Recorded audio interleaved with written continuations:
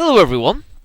Hello and welcome to not quite what you might think this is, folks. I'm the Black Shadow, you got that much right, but this isn't exactly, as you can well see, this isn't exactly File 1, folks. Now don't worry, I haven't suddenly changed my mind doing a different LP, don't worry about that, folks. As you can see, this is Resident Evil Outbreak, of course, the LP that you're going to hopefully be watching through and enjoying a hell of a lot like I will be. Except, this is File 2, not File 1. Now, as I said, reassurances, folks, don't worry, this isn't a bad thing. There's a couple of reasons I'm on File 2 here, obviously being the sequel to File 1. Now, the first thing I suppose I should quickly explain is, well, I said there's two reasons I haven't done it. First reason is a bit of a strange one. You see, the only problem I ever had with the File 1 was that you can go in, you play the game, that's all well and good, but the game never really had, say, a tutorial.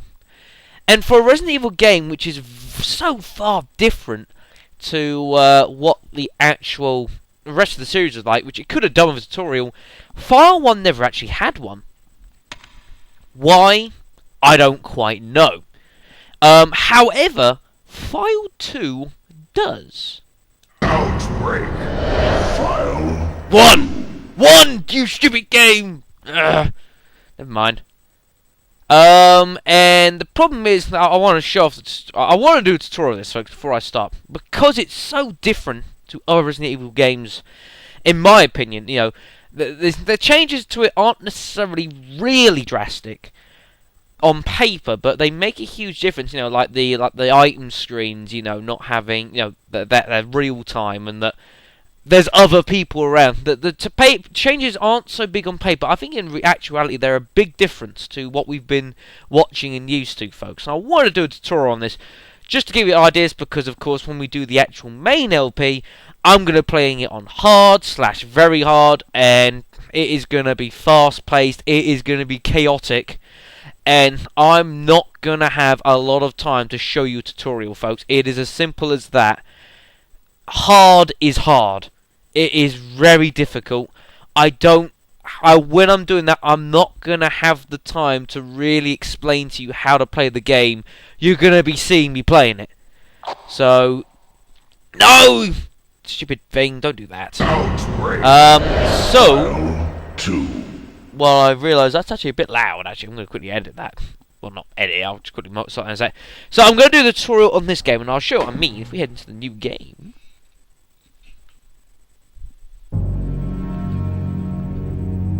And you can see here, folks, that, yeah, see, the training ground. Welcome to Raccoon City. Learn the basic controls to see what you have to, you know, survive the zombie-infested streets, which is always a good idea. Again, I have no idea why there was never a tutorial in the first part. Oh well.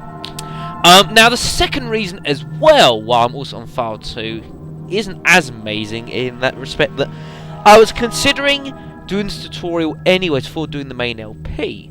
Hadn't really decided about it, but then when I was trying to play File 1 today, I decided I might as well do this because I just spent an hour trying to load up File 1. I didn't even succeed in getting onto the main menu. This is, of course, not ideal. And if it's just going to be doing this all the time, it's going to be not workable, folks. So I am actually seriously considering tomorrow going and getting a new a new, in brackets, another PlayStation 2, folks, because we knew this console was struggling. I've known it's been struggling since Final Fantasy, and if it's just going to do this for everything, it's just getting too bad to work with, folks. It's as simple as that. So I'm gonna do this on this one, because at least it loaded File 2 pretty quickly, mind you. It just wouldn't have File 1. It just don't know why. And it's just not really working anymore, so I'm seriously considering just going to get another PlayStation now. It's just getting silly. But never mind about that. So I suppose you actually came here to actually see some gameplay, which is always good. And I'll give my little synopsis of the game, you know, when we actually start the LP proper in the next video, folks. I figure tutorial, not a bad idea, because I ain't gonna give you one. So as you got, when you actually do file 1, it's a little bit different to this. In that file 1, you get like the first. There's 5 different levels, so to speak. And you do, as you do the first one, unlocks the second one, which unlocks the third. You know, like a normal progression, folks. File 2 acts a little bit differently, but that doesn't really matter. And in fact, mainly, the game is fairly identical between the first edition and the File 2. There's only a few differences between them, and we'll be going through as File 2's tutorial, which has everything that happens in File 1. There's a couple of things extra in File 2, which I'll just say, you know, don't worry about that. We're not doing that right now. One thing that is in File 1, though, is this. You have the choice of 8 different characters, folks, in regards to who you actually want to play as, which makes a nice change. Now, believe me, there's a lot more to this than, you know, just a different outfit sort of thing. You know, all these characters are vastly different in how they play, how they act, their attributes, what they can do. I mean, take like Kevin for example here. You know, he's very physically strong. He's got a lot of health compared to some other people like, notably Yoko, who's got the least. Cindy ain't got that much either. You know, he's very physically strong. Starts out with a 45 automatic handgun, which is a vicious weapon. Along to go with Kevin, you know, who's very fast, very quick on his feet. He's also got a pot shot ability, which I'll show off in a moment, or later on in this video, which is fantastic. And he's a very strong character on his own. You know, very good. Even in the booklets, he's advised if you're a beginner, play as Kevin, you're pretty good to go. But they've all got like different attributes. Like Mark actually has the most health, but he's a little bit slow on his feet. He says that's a strong melee weapon. They've all got their own attributes, all their own different skills they have as well, which I will go through in the actual main LP. I'll go through almost all of them, that is. I ain't going to be able to show off everyone. There'll be probably, expect there'll be probably 2 characters I'm not going to play as during this LP, folks, because of the game structure, basically. So that's going to be that. I'm going to do this as Mr. Kevin Ryman here, who I am a fan of. I almost always played as him because of his 45. It was vicious, and his pot shot was nasty as well. So we're going to play as him. Yes. Now in File 2, you can actually choose which partners you bring with you. Can't do this in File 1. The game, when you play this game offline, because the online servers were cancelled like 2 years ago and shut down. The game chose which partners it took with you. The game chose it for you, and it was dependent on who you actually chose. Whereas in File 2, you can actually choose who on earth you desire to take with you, which is all well and good. But it doesn't really matter for the tutorial. So I'll take George, why not? And we'll get one of the ladies in. We'll get well, we'll get this in. Why not? It doesn't really matter. And one thing to also note, folks, that this map we're playing this training ground on is actually the map for the first level of the first game as well. Just so you know. So you know, in a slight way, you'll be able to see a couple bits and pieces. So here we are, folks, in Jay's bar, and you know, looks fairly Resident Evil-like, folks. I'm pretty sure that, you know, looks, you know, character. You've still got your old tank-style movement. PS2 graphics, of course. The game a bit bright. I'm probably going to be fiddling around with this brightness a little bit, actually, folks. I'm over this. I'm really not quite sure what level to put it on. I'm going to put it on +10 for now. And actually, considering this is only a tutorial video, if you want to let me know if you think it's bright enough or it's too bright, let me know, and I can adjust it for the actual main LP. So that's actually quite a bonus of doing this. Let's go up, you know, have a wander around there, I suppose. You know, it looks, yeah, still 3D-like, and all the rest of it seems pretty good to me. Attention! This training ground scenario is meant to help you grow accustomed to the game's control scheme. Your goal is to make it from this room to the roof. That sounds awfully familiar. Finish this assignment that waits there to clear this scenario. The buttons display reflect default controls I'm using. Now there is a bit we're going to be going through here, admittedly, but I want to get it all done now, so we don't do it during the LP, because I'm not gonna have the time, folks. Honest to God. Yeah. So obviously you've got files you can still pick up. When you have set file read, you can turn the file, you can read it as many times as you want. Note this. This is what puts apart Resident Evil Outbreak to almost every single other Resident Evil game there has ever been. Almost every single one of them, folks. The game continues in the background while you're checking files or using the status screen. Right now, this game is still playing in real time, folks. There is no... well, I was about to say there's no pause function. The only pause function, folks, is the select button, which is the actual pause menu, the option menu here. Normal status screen, the game is still playing. Remember this. This is what separates this game, and I think was certainly a start point for that. How the Resident Evil series focus changed. Not necessarily for the better or the worse. That's up to personal opinion, mind you. No, don't do that, Kevin. Right, so the game said for us to get hold of 3 files, so we can actually leave this room. And of course, in old Resident Evil fashion, the good old sparklies are back. The status screen, which is what I just showed you.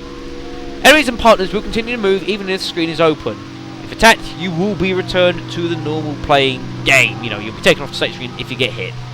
So just bear that in mind. Yeah, all default. Use the directional buttons or the F analog stick to move your character within the environment, which you just sort of do. Interesting enough, though, folks, that I'll quickly show you this actually, is that if you use the D-pad, the game, it's a normal tank sort of style movement. If you use the left stick, though, it's done it relative. It's mainly relative to the actual what direction you're holding in the stick, except that of course that changes once you turn a screen, and that it's like it basically just starts getting a bit fiddly, which is why I always use directional buttons. Like here, I can use down to move downwards here. Once you move the screen, though, I'm still holding down and we're running forward. It's not till I move that suddenly the game changes and it changes direction. So I was never a big fan of using the D-pad, the directional stick, even in this game. That's just me. You know, so just bear that in mind. Directional buttons are based on position. I'll stick presentation of the screen. Yeah. Hold R1 to prepare, and then direction buttons, left analog stick to aim, and then you can use left L1 to actually switch through targets. It's kind of a nice little thing. You know, they've still got that for now. Reloading, we'll toggle that later. Special actions, toggle that later. Offering, all that, yeah, all that doesn't matter. That doesn't exist in the PAL version of the game. Why is anyone's guess? It doesn't exist in the PAL version. It was in the Japanese, in the North American, but the PAL version, no. Why? What the hell was that about, Capcom? Really? And again, all this we'll be talking about, we'll be mentioning a little bit later on, folks. I know how this tutorial goes, so I know what it shows and when, so a lot of this we don't have to worry about. There is a couple files here on the desk. There's a file here, which has a synopsis of the character we're using, so I'm playing as Kevin here. He's a member of the RPD, blessed with both athleticism and incredible skill with firearm, not to mention a down-to-earth personality. Interesting note, Kevin actually did enroll to be a member of the Stars team, of course. Chris Redfield, Jim Valentine, you know, Barry, all that sort of thing. He actually was put on the trying to get himself into Stars team and went for the position like twice, but sadly he wasn't able to make the grade apparently. So there you go. He's physically strong, fast in the group, best used in aggressive fashion, good for beginners. One of my favourite guns in this entire game. One of my favourite guns in this series, arguably. His 45 auto. My god. You will see why it's so good. Extra items. You may have noticed that. I'll explain that in a second. Actually, I'll explain it now. Everyone starts with a personal item. This item cannot be changed around. It cannot be given to other people or whatever. It's a personal item. Only they can use it. Okay, so just bear that in mind. You know, you can't get that and then give it to like someone else for them to use. Doesn't work like that. that's personal to them. Characters in Resident Evil in File 2 actually also start with an extra item, which you don't get in File 1 for the normal characters. So ignore that. That was never there. And I think the only thing it's got is like his special abilities, which everyone's got a few. Kevin's got like a pretty cool kick which is actually really useful. A lot better than I think some people ever gave credit to. You'll see that in a little bit. Pot shots! Amazing! In this game, obviously you can fire weapons, all that sort of thing. In this game, you can get critical hits, like any Resident Evil game. There are a couple characters who can influence when this happens, though. Kevin and Alyssa have access to the pot shot ability. Basically, if I obviously hold the gun here, you can aim it, do whatever you want to. If you don't move for a second, Kevin will do that and he'll re-aim. Now, when he shoots, that will be a critical hit. Amazing. Simple as that. You will see me use that so much when we play this game very hard. Oh my god. And he's also got the elbow tackle, which everyone has, actually, for that matter. So, ignore that. Another file here. Status screen. Yeah, still moving, thank you. Examine the health with the EKG, or health bar for you and I mortals. Obviously, same system. Poison status effect, of course, still exists in this game. You get poison, obviously, health scratch goes down. New status effect, though, in the Outbreak series is the bleed status effect. Occasionally, enemy attacks will leave you bleeding. In this state, your speed decreases to that of being in critical health. And as you move around, you actually take a little bit of damage. Which is not good, folks. It lasts for a little while. You can be healed of it, but it goes away eventually. It's kind of a pain in the backside getting that. Virus gauges! Another important addition to this. You can't see it here in the tutorial. Below the personal item in the bottom right of the screen, there will be a little circle. There is a virus gauge, folk. Every single person you are playing in this game is infected with the virus. And the game starts, they'll start with 0%. As the game goes on, that will tick up and up and up. And if you hit 100% health, you die.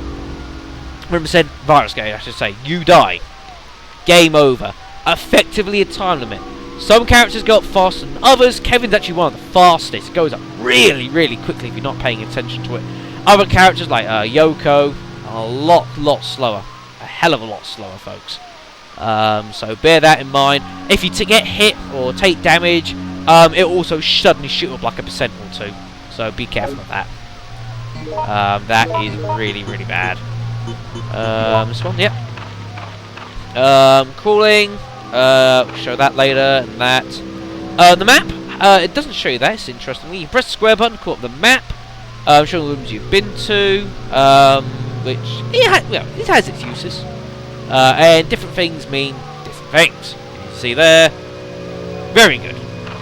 Of course, different herbs, obviously. The green herbs, all the herbs for that matter, are obviously still in the game. It's Resident Evil, what do you expect?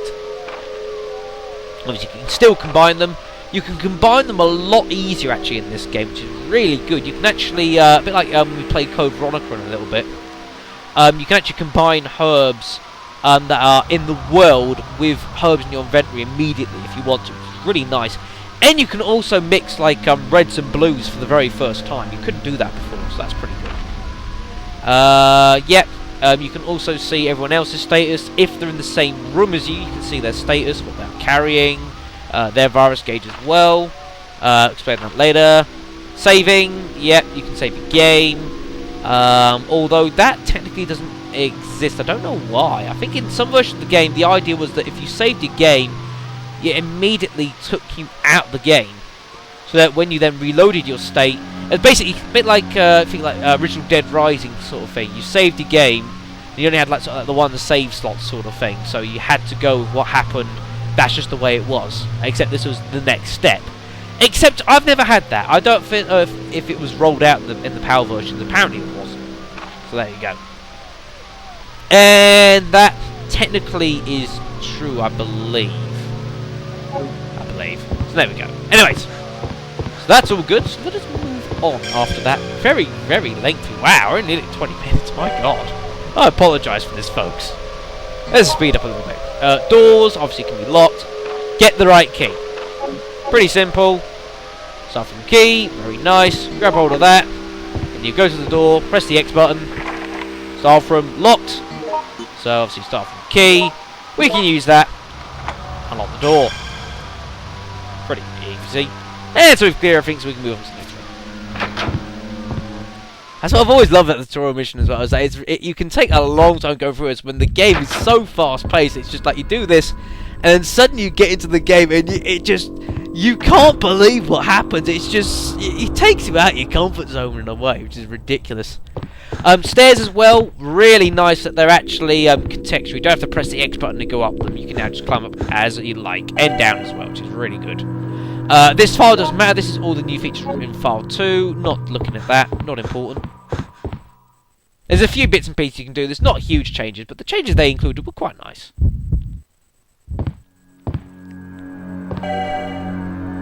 This one is, yes, about AI partners, which sadly is the only thing you can do, seeing as online multiplayer ended several years ago, and my major grief in life is that I never got to play it, but there you go. It was never rolled out in Europe. It was only in North America and Japan. I think it was never in PAL. Shame. In single player mode, other characters are controlled with AI, and yeah, obviously you gotta understand how they work, folks. To succeed in games like this, or if you're doing like Left 4 Dead on your own, you gotta understand how the AI works. If you can do that, really, really good. AI partners are capable of everything that you can do, and yeah, everything that you can do. That includes dying. There's a lot of difference in how you decide to interact with them, what you want to do, and they're a bit. No, it's interesting what happens. AIs can move on their own, or they can go along with you. It depends on the person a lot. Actions may even change based on your own status and progress through the scenario. We can build AI partners using the right analog stick, which I can do. I can't do it here. Damn. Of course, like only people, they may not always be willing to do what you ask of them, so bear that in mind. Yeah, you might as well wait. If they say no, odds are they're going to keep saying no. Normally, nobody will act on the orders given. You can use it in the appeal on the analog stick to call out specific names and address orders. So, like, if you only got one person to do something, someone else to do another, that sort of thing. Or you can just call something and everyone will do it. That's there, hopefully. They can also call items, and they've also got their own personal items which you can't actually see. And they can exchange items with them as well. And they use their own judgments, which depends on the personality of the person. And these I'll show you off in a moment. Air partners are free to obtain and use items even separated from you. Yeah, you might end up splitting and just going opposite ends of the map sometimes, but if you do find them, it doesn't hurt to have a look at what items they got, because they might just have something you might like. So if we head along through here, approach a crawling partner and press the X button to offer them support. Since the virus gauge builds faster while on the ground, it's a good idea to help them up as soon as possible. You also will guard supporting another character and press circle to return to normal state. Now, if you take too much damage, folks, basically, and if you get put in a danger status and then you get hit again, you will end up like poor George down here. Now, he's not dead, mind you, but he is in a lot of problems. Now, when you're down, virus gauge shoots up. It's about like a percent a second or something like that. It's absolutely horrendous how fast it goes up. Obviously, there's no virus gauges on this, though. Now, if you do manage to get down to this point, generally you're pretty screwed. But what you want to do here is, if you press the X button, you can pick him up, folks. And now his virus gauge will be back to normal. It almost acts like he's got an extra little bit of health as well, funnily enough. And you can move around with them, because on critical they move so slowly. You're actually a lot of time faster actually picking them up. Able to control older AI-controlled partners as well, or hand over items and use in various bits and pieces. Asked to use, I'm pretty damn sure this is new to file 2. Asked to use. I don't remember it being in file 1 at all. So I'm pretty sure that doesn't happen. So we can ask them to use first aid spray. which I'm pretty sure you can't do otherwise, but we can get him to do it. Yes. And he'll do it because apparently he didn't want to heal himself, and he obviously wanted to die. Now, requesting and giving is, in Far 1, important part of the game, mind you. Obviously, characters going on their own will pick up their own things, and that could be anything from random weapons to key items, all sorts of things. If you want to get hold of something they've got, you can request the item to them, and they will very, very rarely say no. And generally, the only time they'll say is like when they're getting attacked. Hey, you! And you ask for the item from him, and he will offer it up for us, the iron pipe. Thank you very much. And you can do the same thing as well. You can present the iron pipe to a playable character, go to the item, press present. You can see Kevin, they're holding it out, and George will pick it back from us. Very good. So we'll just leave it there, because now we need to head down here and address something that is an important thing to note. Is another big change for Resident Evil series. And actually, it was the first time they ever did this. Now, yeah, you can see doors a lot without key, but you can actually break them down now sometimes. In fact, almost every door can be bashed open. If you have a hard time finding certain keys and enemies, you might want to consider breaking down the door sometimes. And I'll show you what I mean. If we go to open the door here, it will say, on the second time, the lock looks fragile, which basically means that we can actually break the door down. And you can shoot it. But considering ammunition is as rare as it is in this game sometimes, you're better off sticking to physical attacks. Now, what you can do is if you unequip weapons, you can actually shoulder barge stuff as any character. But Kevin has actually got the kick command, which is amazing, and he can do that, and it's pretty damn powerful actually, and a lot faster than a shoulder barge, and a lot more effective. So, pretty good. We can move on. And the only thing I will mention here is that pretty much any door in the game, unless it is specifically locked, can be bashed open. And this also includes enemies. You see this door here? Like, this door here will connect. It's still the same room. There could be zombies on the other side of this. They can bash this door open as well. They can bash just about any door open they so see fit. They will chase you and hunt you down. And, of course, normally, go on the other side of the door. Oh, God, millions of zombies! Oh, no! And the door will shut and you're completely safe, but not in this game. They will still hunt you down and try to kill you, so bear that in mind. You're no longer safe. There are very few places in the game where you're safe. It doesn't happen anymore. Bear that in mind. Tora's not too far over now, just so you know. You're able to salvage items of dead or zombified bodies of fallen allies. While in the same room as the body, open the status screen. Items in the body will display it as usual. Highlight the items you want and then take them. Choose the exchange command to use it. So recover an item for a dead playable character. Now, what it means by dead is if we head all the way down here, all the way around, you can see there that Alyssa is taking a bit of a nap. This is not good.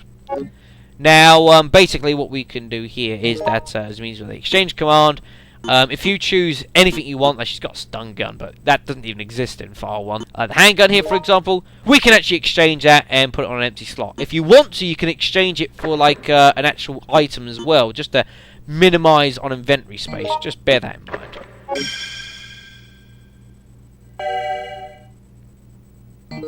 Loading via the status screen. Multiple ways actually to reload in this game, which is quite useful, and it kind of needs to be in a game like this. Obviously reloading, very important. Now I don't even need to look at it, I can explain this. Grab the ammo from the body and load your gun. There's some handgun rounds down here, all of one. Now there's a variety of ways you can reload in this game. Now if we equip our handgun here, obviously you can hear it click, obviously it's not loaded. Now, I can think of 3 ways off the top of my head to reload guns. Now, first thing you can do is go to a gun and you can press reload.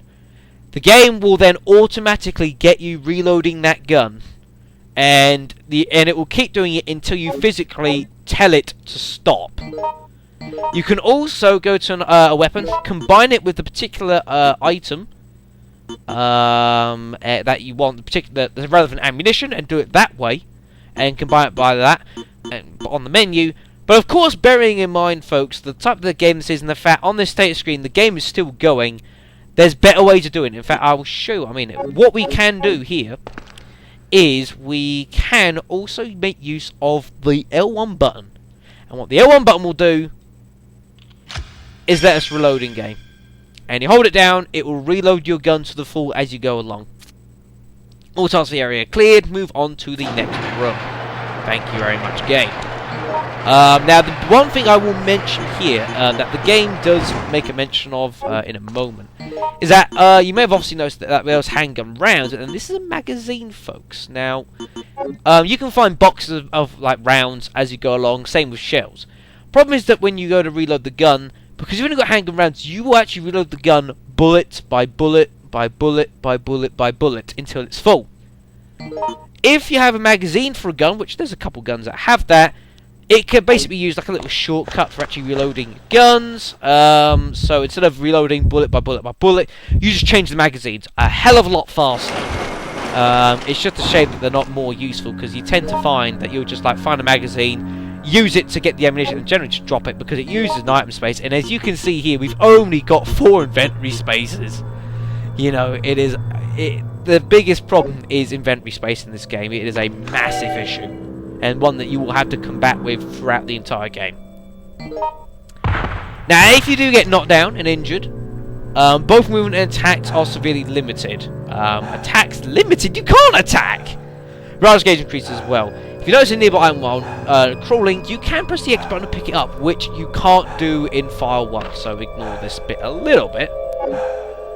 Now, you can pick up an item while crawling on inch of the ground, but again, you can't do this in File 1. But you can see so much slower, folks, and at this point, your virus gauge is just shooting so far up. Now, what you can do here is, we can grab this first aid spray, which is all well and good. But when you use healing items, which I'm pretty sure you can do this in File 1, I forget a little bit. If you've got healing item on you, folks, is that when you use a healing item when you're crawling, like obviously first aid spray heals your wounds completely, but you'll notice when I use it, we're still on danger, because it won't heal you fully. It will heal you to like a certain threshold of health, and it also gets you on your feet basically. So bear that in mind. So if you're down, if you've got like a choice between a first aid spray and like a green herb, use the green herb to get you up, then the first aid spray, otherwise you'll be missing on so much health. And of course we'll still use this normal first aid spray and use that. Now we're back on normal. Lovely. And there's only one room left to do for this tutorial, folks, so we're nearly there. And of course, this is obviously for people who haven't played this game, which I know there's a few people watching this that haven't actually played Outbreak, so, you know, if it was a case I knew, oh, everyone in the world's played Outbreak, I don't need to do a tutorial on this, that's well and good, I could have gotten with the game if it worked, but, like I say, you know, I want everyone on the same starting board here, because it is going to be crazy when we start. You will see me flying around maps, probably, because you have to. Press the R1 and R2 buttons to enter attack modes. This is weapons and attacks. This is obviously pretty important. Now you can obviously attack with whatever it is you're holding. When no weapon is equipped, you can use press to use the tackle, but I wouldn't worry about it. While pushing the direction button or left analog stick down, you can perform a kick. Was that everyone? I don't remember that in File 1. I don't remember that in File 2. Oh, so let me test this.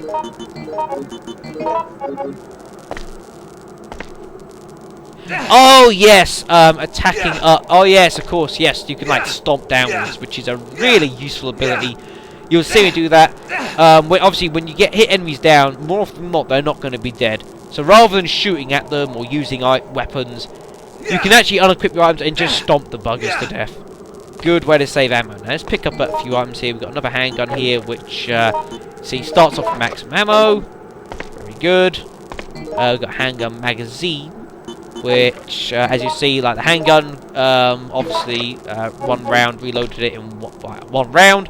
Handgun magazine. lot faster than reloading 15 bullets one by one. I'm sure there's people out there who will second that in real life. Now, also in this game, melee weapons! Melee weapons are present in Resident Evil Outbreak, which I'm pretty sure this is largely a first if you ignore the survival knife, which doesn't really count as a crap weapon. Melee weapons are actually not too bad in this game. Stuff like iron pipes, pretty good. There's a variety of melee weapons that exist in this game. Iron pipes is probably one of the best you'll find. Pretty reliable, pretty common, pretty good. Everything from sticks to pipes to brooms. And also, David can also combine particular weapons together to create special weapons. Everything from sledgehammers to cattle prods to, you know, miniature flamethrowers. It's bizarre what he can come up with, but it's very impressive.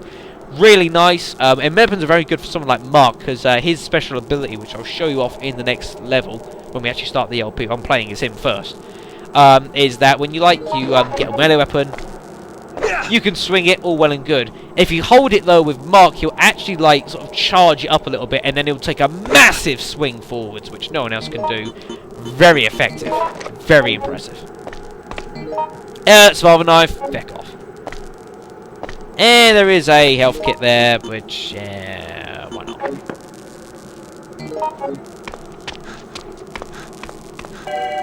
Soon to pass this point, you'll need to fight enemies. Don't have a weapon equipped, equip one now. And I'll show you 3 ways of fighting the undead. Way number 1, use a melee weapon. Which are okay, but not particularly amazing.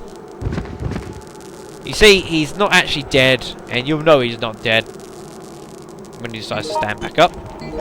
Now, the second way you can do is actually shooting him with a gun. Now, normal shots don't actually phase them all that much. They do the damage you need, but you see he just walked through it, basically.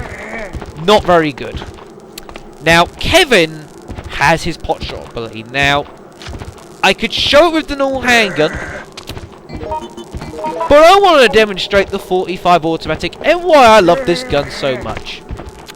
Now, this gun is damn powerful. It's about 3 times more powerful than a normal handgun. Get out of the way, you stupid fool. Now, let me introduce to you why I love Kevin pot-shotted 45. Goodbye, sir. Just got sent across. Oh my god, it's so fun. It is just unfairly fun. And he has been well and truly destroyed. Training complete. Enjoy the game, folks, and we shall be enjoying the game in, well, what will be the proper beginning of Let's Play Resident Evil Outbreak, folks. I know there's people that have probably played this game and, you know, obviously know how to play the game, but you know why I like to do tutorials, because you'll see when we start, you know, I've said it several times, I won't have time to do a tutorial during the game. Simple as that. Okay? You'll see. But that's where that's going to be. So I thank you very much for watching this sort of tutorial and this sort of prologue to Resident Evil Outbreak. Again, I really, really, really hope the main LP will be going up from tomorrow, but I just can't guarantee it. It is a simple. I really cannot guarantee that's going to happen. I'm going to try my damnedest to do it. Really, honestly, folks. So I'm really going to try, but I just can't guarantee it's going to happen.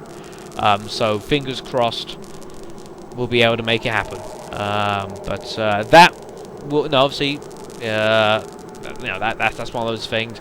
I'll see what I can do, folks. You know, so really, fingers crossed. Anyways, I thank you very much for watching the tutorial for Resident Evil Outbreak File 1/2. And I will see you in the main LP, folks. So, take care of yourselves, and with any luck, I'll see you soon. So, take care, folks.